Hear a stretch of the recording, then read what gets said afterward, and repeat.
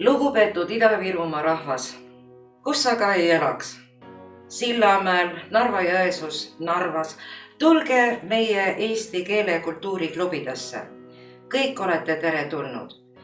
Klubidesse registreering on juba avatud ja 14. jaanuaril nad juba alustavad oma tööd. Räägime, laulame, mängime, saame teada ka palju uut Eestist, Eesti kultuurist ja muidugi seda kõike eesti keeles.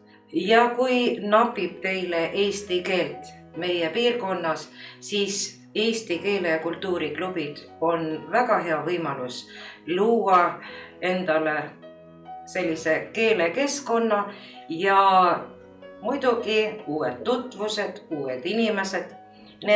Tere tulemast meie klubisse, kus sa ei elaks Ida-Virumaal.